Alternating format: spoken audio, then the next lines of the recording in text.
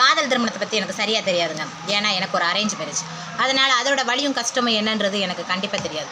இருந்தாலும் ஒரு அனுபவத்தில் சொல்கிறேன். அதாவது காதல் திருமணம் பண்ணிக்கிட்டவங்க வந்து தன்னுடைய பெற்றவங்களை நீண்ட நாள் கழித்து பார்க்குறப்ப அதோட வலியும் வேதனையும் எப்படி இருக்குது தெரியுமா? அதை உணர்வுகளால் சொல்ல முடியாதுங்க. அந்த அளவுக்கு அவங்களுக்குடைய வேதனை இருக்கும். தன்னுடைய உறவுகளை விட்டு பிரிஞ்சு அவங்க வாழ்கிறப்ப தன்னுடைய உறவுகளோட சேர முடியலன்ற அந்த வேதனையும் இது வாழ்க்கை ஃபுல்லாக அவங்க கூடவே வருங்க. ஏதாவது ஒரு விசேஷங்களில் அவங்க வந்து ஒதுக்கி வைக்கப்படுவாங்க. ஏதாவது ஒரு விசேஷங்களில் அவங்கள வந்து கண்டுக்கிறாமல் போயிடுவாங்க அவங்க உறவுகள். ஏன் அவங்க தாய் தகப்பனே கூட நிறைய பேர் வீட்டில் அது நடந்துகிட்ருக்குங்க. எனக்கு தெரிய என்னுடைய தோழி ஒருவருக்கு அப்படி தான் நடந்துகிட்ருக்கு. அதாவது இன்னும் அவங்க அப்பா அம்மா அவங்கள ஏற்றுக்கல. அவங்க பிள்ளைங்கள்லாம் பெரிய பொண்ணாகி கட்டி கொடுக்குற ஸ்டேஜில் இருக்காங்க. இருந்தாலும் அவங்க அப்பா அம்மா இன்னும் ஏற்றுக்கல.